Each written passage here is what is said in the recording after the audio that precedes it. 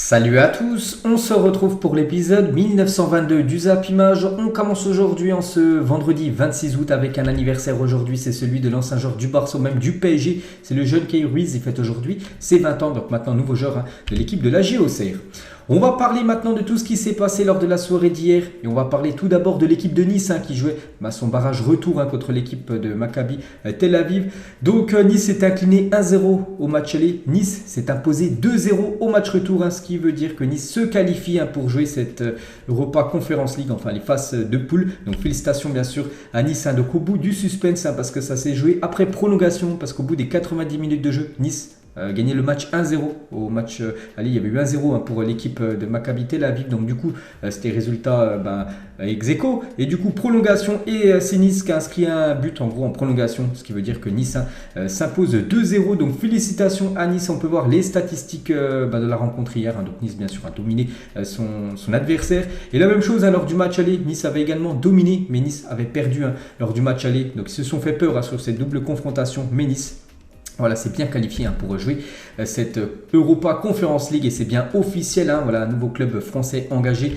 en Coupe d'Europe. Et on peut voir là une du journal Nice Matin aujourd'hui, en ce vendredi 26 août. Donc Nice lance enfin sa saison parce que Nice n'avait toujours pas remporté le moindre match cette saison. Ils avaient fait 4 matchs, 2 nuls, 2 défaites et enfin la première victoire niçoise. On peut voir que Thuram et Dante ont tout donné une belle note de 8 sur 10 pour ces deux joueurs hier. Et le magnifique but quand même inscrit par Alexis Beka. Donc voilà, en gros c'est des screenshots que j'ai pris, il a tiré de très loin et c'est parti en pleine lucarne, un magnifique but pour le joueur de l'OGC Nice. Avant de continuer l'épisode du jour, petite présentation d'un jeu mobile qui sponsorise la vidéo, il s'agit de Top 11, donc un jeu de management de football. Pour moi c'est le meilleur, déjà c'est un jeu ultra populaire parce qu'il y a plus de 260 millions de joueurs quand même qui ont déjà joué à Top 11 une fois. Donc voilà, pour vous dire quand même ce jeu qui est ultra connu par tous les amoureux de football. Ce jeu est aussi 100% gratuit. J'ai un lien de téléchargement, la première ligne de description. Il est disponible sur iOS, sur Android, sur l'Apple Store, sur en gros toutes les plateformes. Vous tapez Google, vous tapez Top 11 dessus et vous allez trouver les liens de téléchargement de ce jeu. Et grosse nouveauté les gars pour le lancement de la nouvelle saison, donc Top 11 2023. Donc les matchs en direct 3D ont changé la façon dont les managers vivent Top 11. Donc en gros les graphismes, que ça soit la qualité, tout est au top par rapport à la dernière saison de Top 11. Donc la profondeur et le réalisme grâce au moteur de Top 11 vous permettent de sentir le contrôle de votre plan de jeu. En gros, vu que vous êtes le coach et vous allez pouvoir bien sûr encore mieux gérer vos joueurs avec les tactiques de match, les compos, tout ça. Donc comme les dernières saisons de Top 11, il y a toujours 4 compétitions qui se déroulent chaque saison de Top 11. Donc la Ligue, la Coupe, la Ligue des Champions et la Super League. Donc en gros, plus ton équipe sera performante en championnat, donc elle pourra viser des places de la Champions League, donc la saison d'après. Donc il existe de nombreuses façons amusantes de jouer, en plus avec vos amis, parce que vous pouvez faire des ligues personnalisées. En gros, vous avez 9 potes qui jouent à Top 11, plus vous bien sûr. Vous pouvez faire une ligue de 10 équipes avec vos 9 potes et vous faites des matchs bien sûr entre vous pour savoir qui a la meilleure team. Vous pouvez bien évidemment aussi personnaliser, que ce soit votre terrain, que ce soit vos maillots, vos écussons. C'est vous bien sûr qui gérez toute la gestion en gros du club. Donc voilà la présentation de Top 11 pour vous dire vraiment que c'est l'excellence ce jeu. Sur 5,5 millions de personnes qui mettent des critiques sur n'importe quel jeu dans le monde, il a obtenu une note quand même de 4,6 sur 5 pour vous montrer quand même l'excellence du jeu. Donc n'oubliez pas que ce jeu est 100% gratuit et les liens de téléchargement sont en première ligne de description. Donc on se retrouve et on continue avec l'OGC Nice parce que l'autre bonne nouvelle de la soirée après la victoire, c'est que c'est officiel, Nicolas Pepe est prêté une saison à Nice sans option d'achat. N'oubliez pas qu'il avait été acheté plus de 80 millions d'euros par l'équipe de Arsenal en provenance de Lille. Et on peut dire qu'il a quasiment floppé du côté des Gunners. Et du coup, voilà, c'est officiel, il rejoint cette équipe de Nice. Donc c'est un prêt, bien sûr. Donc sous ces nouvelles couleurs, il a été présenté hier avant le coup d'envoi de ce match d'Europa Conference League. Voilà, ce match qu'on vient juste de parler il y a quelques instants. Donc voilà, énorme recrue quand même pour cette équipe de Nice. Toujours avec l'OGC Nice, donc avec cette qualification en Europa Conference League, voici les 6 équipes qui représenteront la France sur la scène européenne cette saison. Donc en Ligue des Champions, 2 équipes, le PSG, Marseille. En Europa League, Monaco, Rennes, Nantes et une équipe en Conference League, l'équipe de Nice. Donc on espère que les clubs français vont faire vraiment une magnifique saison. qui arrive là en Coupe d'Europe, hein, parce que la France a besoin de prendre des points et surtout distancer le championnat portugais, le championnat néerlandais qui reviennent très très fort sur nous pour cette cinquième place, cette cinquième place très importante, parce qu'oubliez pas qu'il y a un nouveau format de Ligue des Champions à partir de 2023-2024 et pour avoir 3 équipes françaises directement qualifiées pour la Champions League. Donc c'est pour ça qu'il faut garder absolument bien sûr cette cinquième place, pour ça que les clubs français doivent performer sur la scène européenne. Toujours sur les matchs hier, on va juste parler de cette rencontre Anderlecht contre les Young Boys de Berne. Donc score final 1-1 au match aller. C'était Young Boys de Berne qui s'est imposé 1-0. Du coup les Suisses se qualifient, donc ça a été un match très très chaud, surtout avant le coup d'envoi. Donc violent affrontement entre les supporters d'Anderlecht et des Young Boys dans le centre de Bruxelles avant le barrage retour de Ligue Europa Conférence.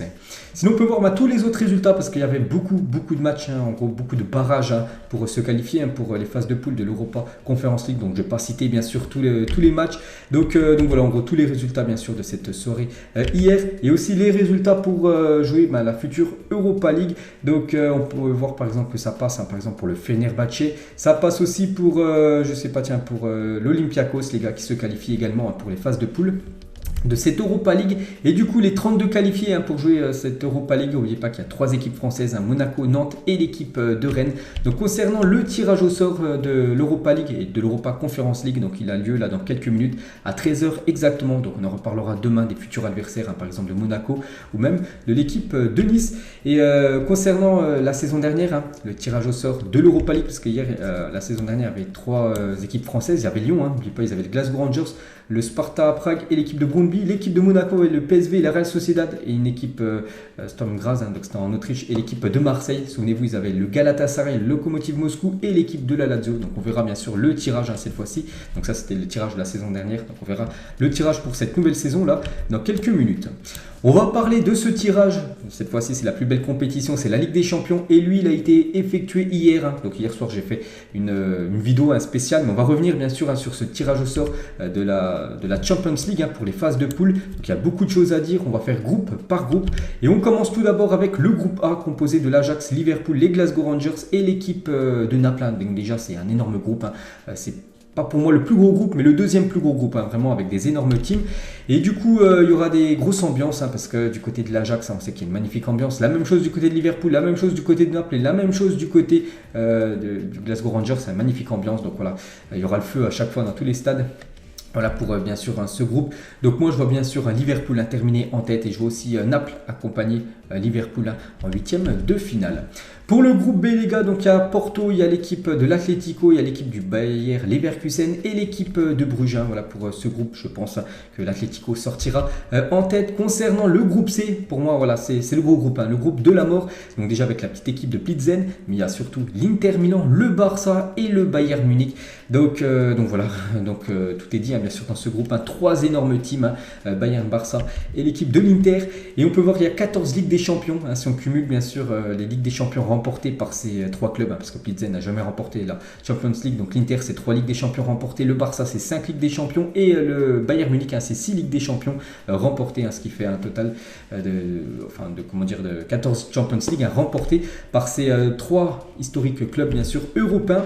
Et le pire cauchemar du FC Barcelone est là, c'est cette équipe du Bayern Munich. N'oubliez pas que la saison dernière, il y avait déjà eu le Bayern contre le Barça en phase de poule. Donc le Bayern s'est imposé 2 fois 3-0 au match aller et au match retour. Mais souvenez-vous, il y a 2 ans, le Bayern avait écrasé, humilié l'équipe Blaugrana 8-2. C'est quand même le pire cauchemar parce que là, sur les 3 dernières rencontres, ça a été 8 buts encaissés par les Blaugrana. La saison dernière, j'ai dit 2 fois 3-0. Donc voilà, c'est un cauchemar bien sûr pour les Blaugrana, cette équipe bavaroise. Et on peut voir le président du Bayern, Oliver Kahn, lorsqu'il a vu le Barça tirer. Donc voilà, il avait un petit sourire bien sûr, parce qu'il sait que c'est une équipe qui réussit quand même très très bien à cette équipe du Bayern. Et Thomas Müller réagit déjà aux retrouvailles de Robert Lewandowski et le Bayern. On se voit bientôt Lewandowski. Voilà, ça sera le retour quand même de Lewandowski qu'on parlera juste après. Du côté du Bayern, n'oubliez pas que maintenant c'est un nouveau joueur de l'équipe Blaugrana. Et Thomas Müller, il a dit quelle belle histoire que nous sommes sur le point de rencontrer Barcelone avec Lewandowski. Pour moi, un grand groupe avec de grandes équipes, ce seront de grandes soirées de Ligue des Champions pour les fans de football. Et Nagelsmann, le coach, il a dit concernant Barcelone, la première chose qui me vient à l'esprit est l'histoire victoire avec Lewandowski bien sûr. J'espère que nous pourrons obtenir des résultats similaires à ceux que nous avons obtenus contre le Barça ces dernières années. Par exemple, voilà les victoires que j'ai dit du Bayern sur l'équipe Blaugrana lors des dernières années. Et du coup, oui, comme je vous l'ai dit juste avant, c'est le retour de Robert Lewandowski du côté du Bayern. Est-ce qu'il sera ovationné? Est-ce qu'il sera applaudi? Est-ce qu'il sera sifflé? On ne sait pas, vu que maintenant c'est un joueur qui joue dans l'équipe adverse. Donc on verra, les gars. On a hâte de voir bien sûr ce Bayern Barça. Et les unes des journaux sportifs, donc catalans, donc Mundo Deportivo brutal, voilà, parce que voilà, le Barça de nouveau se tape le Bayern, sa bête noire, et bombe de la Ligue des Champions. Ce journal sport revient bien sûr sur le groupe très costaud bien sûr des Blaugrana. Et le Barça et le Bayern se sont affrontés 13 fois en Ligue des Champions. Donc ça s'est soldé par 2 matchs nuls, 2 victoires seulement du Barça sur le Bayern. Et surtout 9 victoires du Bayern sur le Barça. Donc pour vous dire voilà, que c'est la bête noire bien sûr des Blaugrana. Dembélé, Alphonso Davids, le duel de Zinzin qui nous attend. C'est vrai qu'il y aura des immenses duels, il y aura des duels dans le match. Donc Dembélé contre Alphonso Davids, et aussi les gars Sadio Mané avec Ousmane Dembélé, donc les latéraux, que ce soit les latéraux du côté du Barça ou les latéraux du côté du Bayern, ont beaucoup de boulot à faire face bien sûr à ces deux immenses joueurs. Et c'est la 3e fois quand même en 5 ans que le Barça retrouve l'Inter dans son groupe, et la 2e fois en 2 ans pour le Bayern. Donc voilà, c'est des habitués on va dire, l'Inter ou même le Bayern pour le FC Barcelone. Concernant Inzaghi, les gars, c'est vrai qu'on a parlé du Bayern, on a parlé du Barça, on va parler aussi de l'Inter. Inzaghi, c'est le coach. La Ligue des Champions est une compétition de grand prestige. On va rencontrer des équipes très fortes et bien organisées. Mais comme toujours, on va préparer chaque match de la meilleure façon possible. Nous sommes l'Inter Milan, nous affrontons cette compétition avec enthousiasme. Donc voilà aussi ce que dit bien sûr Inzaghi par rapport à l'Inter qui va vouloir performer bien sûr. Toujours avec l'Inter, donc ils vont retrouver le Bayern comme lors de la finale de 2010. C'est vrai que jamais ils s'étaient rencontrés depuis cette finale en 2010 où l'Inter s'est imposé contre le grand Bayern Munich à l'époque. Voilà, on va parler cette fois-ci du groupe D. Un groupe qui nous intéresse nous Français, parce qu'une équipe française y joue, c'est l'équipe de Marseille les gars. Donc Marseille, il y a le Sporting, Tottenham et l'équipe de Francfort, Francfort qui a gagné la dernière compétition qui est l'Europa League, donc c'est pour ça qu'ils sont dans le pot 1. Donc pour moi quand même c'est un bon tirage pour l'équipe de l'OM. L'OM aurait pu avoir du beaucoup plus lourd, je pense au Bayern qu'ils auraient pu choper, je pense au Real Madrid que Marseille aurait pu choper, non, voilà, ils tapent Francfort dans le pot 1. Donc voilà, c'est un bon tirage bien sûr pour cette équipe de Marseille. Et sur le Twitter BFootball, à quelle place terminera l'OM dans son groupe? Donc il y a eu plus de 6500 votes, donc moi j'ai mis à la 3e position. Hier j'ai fait une vidéo pronostic, donc je reste sur ce que j'ai dit. Pour moi je les vois finir 3e, je vois Tottenham en première position, le Sporting 2e, et l'équipe de Francfort je les vois terminer en dernière position malgré qu'ils ont été dans le chapeau 1. Donc voilà, concernant cette équipe marseillaise. Et le bilan les gars d'Antonio Conte en Ligue des Champions, parce que Conte c'est le coach de Tottenham.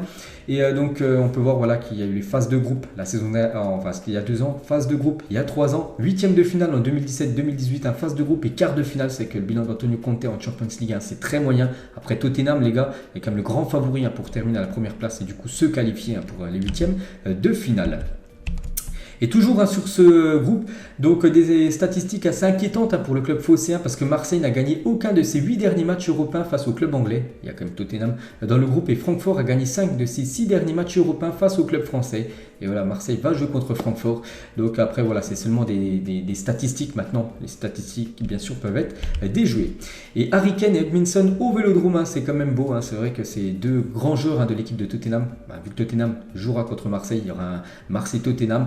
Et du coup voilà, ces 2 immenses champions seront sur la pelouse du Vélodrome. Et le Vélodrome les gars sera plein lors de cette édition de la Ligue des Champions pour la première fois depuis la saison 2010-2011. Donc en gros les 3 matchs à domicile voilà, se joueront à guichet fermé. N'oubliez pas que les 6 derniers matchs de Marseille à domicile, même les matchs de Ligue 1 les gars, se toujours à guichet fermé. Donc voilà, la Ligue des Champions bien sûr, il n'y aura plus de place à vendre. Et Pablo Longoria les gars, le président de l'OM, il a dit c'est un groupe très ouvert, on doit affronter 3 bonnes équipes, ça va être un groupe avec beaucoup d'émotion et de suspense. Donc il a dit ça après le tirage bien sûr, une réaction à chaud. Et le journaliste lui a posé une question par rapport à la rumeur Cristiano Ronaldo. Donc voilà ce qu'il a dit. C'est le monde des réseaux sociaux, cette histoire de Ronaldo OM. Nous sommes une équipe qui joue au football avec les moyens qu'on a. Rêver, c'est une chose, mais on doit être sincère. On a un projet sérieux pour garder un équilibre économique au club. Donc en gros, d'après ce qu'il dit, voilà, Marseille n'est pas du tout intéressé. En gros, Marseille ne peut pas s'offrir Cristiano Ronaldo. Donc en gros, ça met peut-être fin à la rumeur CR7 du côté de l'OM. On continue avec le tirage de la Champions League, hein. Le groupe Milan, Chelsea, Salzbourg et le Dynamo Zagreb, hein. Donc dans ce groupe, hein, je vois bien Chelsea terminer en tête, hein, devant l'équipe de Milan. Donc voilà, un beau groupe, hein, bien sûr, un groupe qui va être plaisant à regarder. Et deux joueurs retrouveront du coup Stamford Bridge, hein, Tomori et Olivier Giroud, hein. Giroud, maintenant joueur de Milan, il fera son retour, hein, du côté de Chelsea. Le groupe F avec les champions d'Europe en titre, hein, le Real Madrid avec Leipzig, le Shakhtar et l'équipe du Celtic Glasgow. On peut voir que Rodrigo, donc il a mis un tweet juste à la fin du tirage au sort. Donc en gros, en route pour la 15e, hein, la 15e Ligue des Champions, parce que voilà, pour lui, hein, bien sûr, c'est un bon groupe. Pour le Real Madrid, c'est quand même un bon groupe, hein. Le Real Madrid va certainement terminer en tête, hein, de ce groupe qui est largement à la portée, hein, bien sûr, du dernier champion d'Europe. Et Nkunku face au Real Madrid, on a hâte, hein, ouais, c'est vrai qu'on a hâte de voir Christopher Nkunku qui est enfin, énorme, hein, depuis quand même quelques mois. Donc on a hâte de le voir, hein, du côté de cette équipe, hein, du RB Leipzig, du côté voilà, du stade de Santiago Bernabéu, bien sûr, hein, pour ce match de Champions League. Et concernant le Real Madrid contre le Shakhtar, donc en raison de l'invasion russe en Ukraine, le match du Real contre le Shakhtar se jouera dans le stade du Legia Varsovie. Donc le match sera délocalisé, bien sûr, hein, du côté de la Pologne, hein, pour ce match Shakhtar-Real. Le groupe G, Manchester City, Séville, Dortmund et l'équipe de Copenhague. Donc là, bien sûr, il y a une équipe qui est ultra favorite, hein, c'est l'équipe de Manchester City. Et on peut voir aussi que Erling Haaland, nouveau attaquant, hein, de l'équipe de Manchester City, bah, il fera son retour du côté de Dortmund, hein. Donc voilà, son ancien club, hein. Donc on a hâte de voir ça aussi, hein. Et n'oubliez pas les stats monstrueuses, hein, de Haaland avec le Borussia Dortmund en Ligue des Champions, 13 matchs, 15 buts et 2 passes décisives. Il sera de retour au Signal Iduna Park, donc le stade du Borussia Dortmund. Et le dernier groupe, les gars, donc il y a le PSG, hein, dans ce groupe, donc le groupe H, donc le PSG avec la Juventus Turin, le Benfica et l'équipe de Maccabi, donc Maccabi Haïfa. Donc un bon groupe quand même pour le PSG. Bon, le PSG doit terminer, voilà, par exemple le sondage, hein, sur BeFootball, à quelle place va terminer le Paris Saint-Germain. Donc la plupart ont mis quand même première position, hein. Le PSG pour moi est un cran au-dessus, hein. La Juve, Benfica ou même le Maccabi. Donc le PSG doit sortir de la première place, hein, surtout qu'en huitième de finale, vous savez que tu reçois au match retour, voilà, c'est toujours un plus. On a vu que la saison dernière, le PSG avait terminé deuxième derrière Manchester City, et du coup au match retour, ils avaient dû se déplacer au Bernabéu. On sait ce qui s'est passé. Donc voilà, le PSG doit avoir l'objectif, hein, bien sûr, de terminer en tête de ce groupe H, hein, qui est largement à la portée, bien sûr, des Parisiens. Et Henri Di Maria, les gars, donc ancien joueur du PSG, donc nouveau joueur de la Juventus, donc ça sera un match spécial, hein, sur retour du côté du Parc. Il avait aussi joué du côté du Benfica, qui est également dans le groupe, hein. Donc voilà, c'est un groupe un peu spécial, on va dire, hein, pour Henri Di Maria. Et Rabiot et aussi Moskin, les gars, deux anciens aussi joueurs du PSG, seront de retour, hein, du côté du Parc des Princes avec leur équipe, hein, de la Juventus Turin. Et la Juventus, les gars, n'a jamais perdu dans son histoire face au PSG. Donc voilà, maintenant c'est une stat, bien sûr, à changer, hein, pour le Paris Saint-Germain. Donc la Juve n'a perdu qu'un seul de ses 10 derniers matchs européens face au club français. Donc 7 victoires, 2 matchs nuls et une défaite, hein. C'était face à Lyon, souvenez-vous, hein, le 26 février 2020. Donc voilà, petite info, hein, concernant cette équipe de la Juventus Turin. Et Pavel Nedved, il a dit, hein, c'est un groupe de Ligue des Champions assez compliqué. Ce sont des équipes pour lesquelles on a beaucoup de respect. On ne présente plus le PSG avec Benfica. On n'a pas de score favorable contre. Mais nous sommes heureux de jouer, hein, contre le Maccabi. Donc voilà ce qu'il dit, bien sûr, Pavel Nedved, hein, qui est dans le staff, bien sûr, maintenant de la Juventus Turin. Donc il sait que c'est un groupe très compliqué. Donc voilà, ce groupe palpitant, ce groupe H.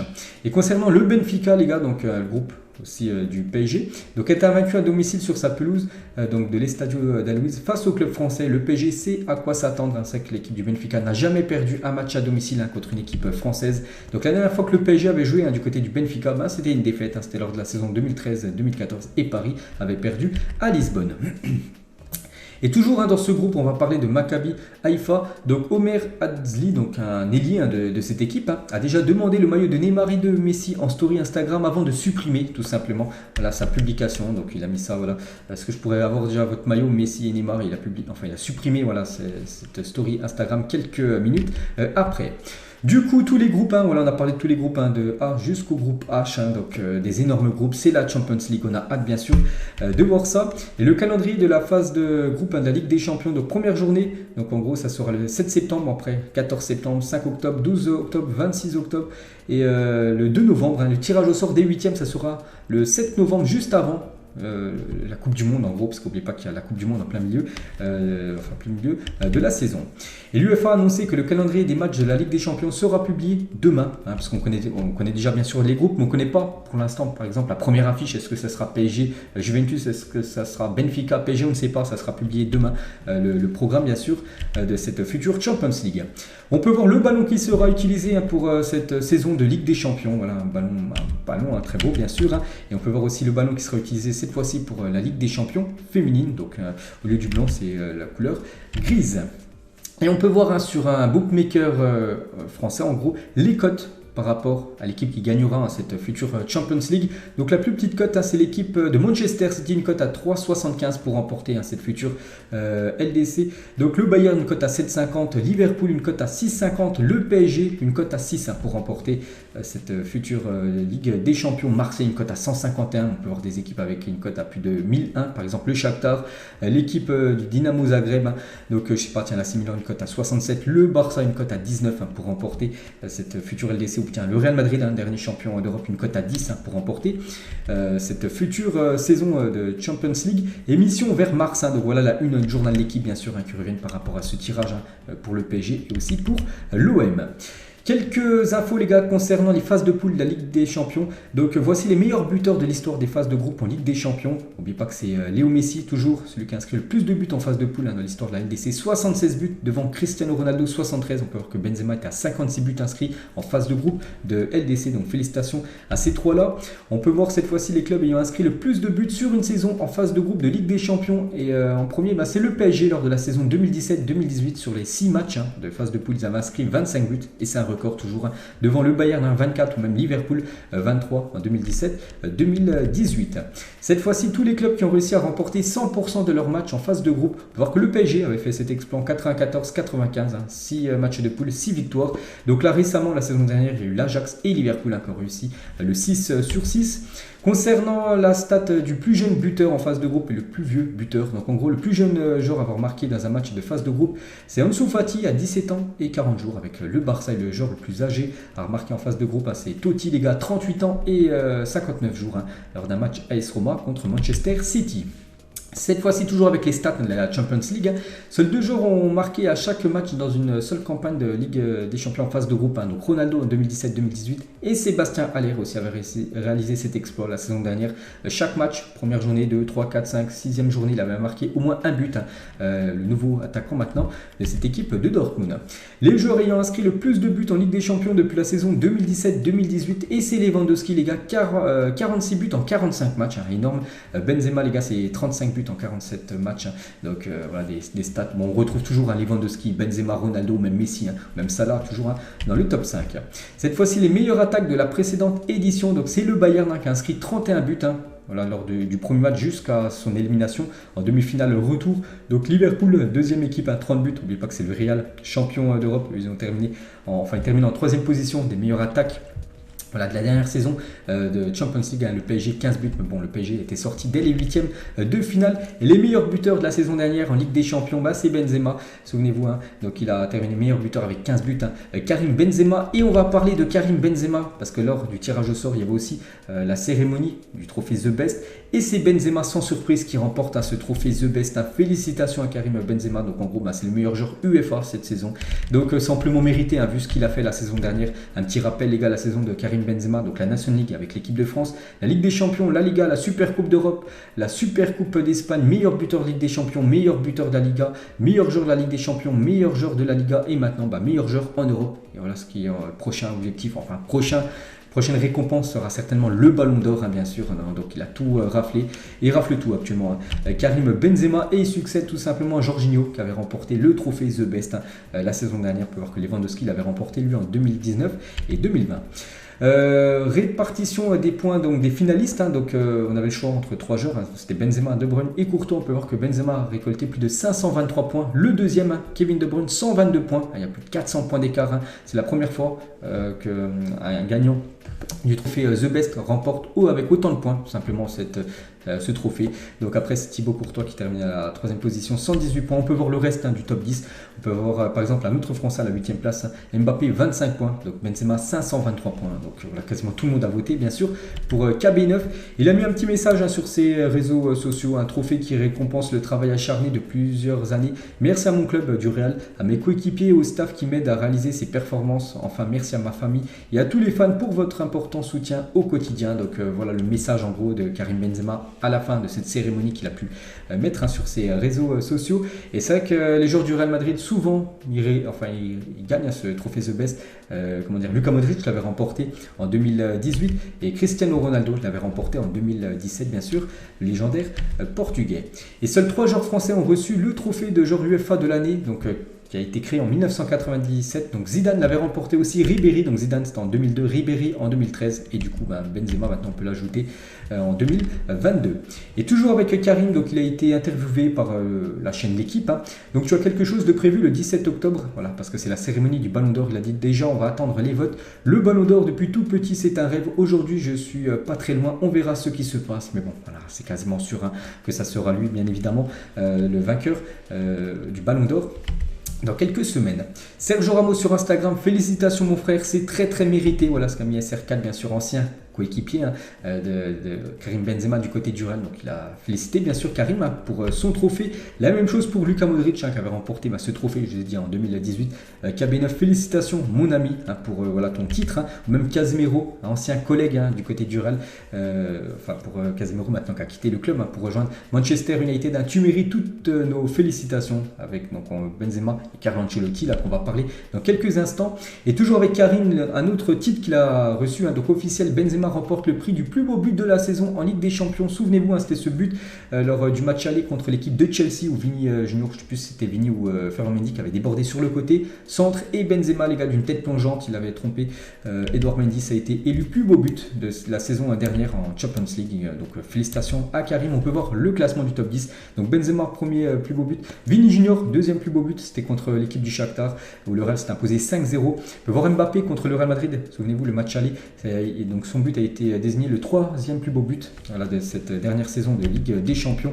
Lewandowski, son retour acrobatique à la 4e position, juste Thiago Alcantara, je ne sais pas si vous vous souvenez de son magnifique but lors du Liverpool-Porto 2-0, où il avait fait une reprise de volée où le ballon avait flotté au-dessus de la pelouse, seulement à la 10e position du plus beau but la saison dernière en Champions League. Donc voilà en gros tout le classement bien sûr de ce top 10. Toujours avec Benzema, il y a également Kylian Mbappé, et bien sûr on peut voir qu'il figure parmi les meilleurs joueurs la saison dernière de la Champions League, parce qu'ils sont dans l'équipe type. Donc félicitations à ces deux-là, félicitations aussi à Rudiger, Van Dijk, Modric ou même Thibaut Courtois au poste de gardien.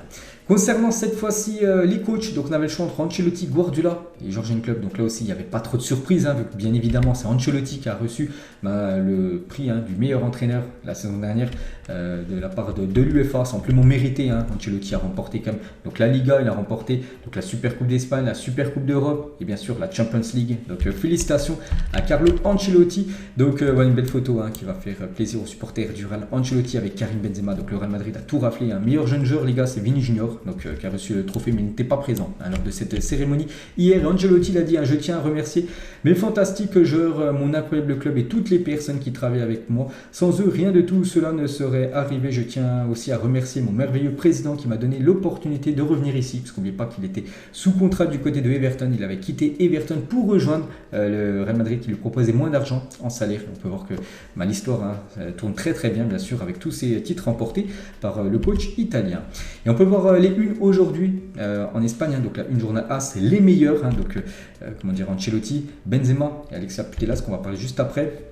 Et aussi elle a une journal Marca Grand, voilà en gros félicitations à ces trois-là. Et concernant Alexia Putellas, donc 42 la saison dernière, donc 42 buts, 21 passes D, donc elle a remporté le Ballon d'Or, Soulier d'Or, UEFA, Trophée The Best et joueuse de l'année de l'UEFA. Donc félicitations à elle, on lui envoie beaucoup de force parce qu'oubliez pas qu'elle a été victime des ruptures des ligaments croisés, donc bien évidemment elle a encore quelques mois d'indisponibilité.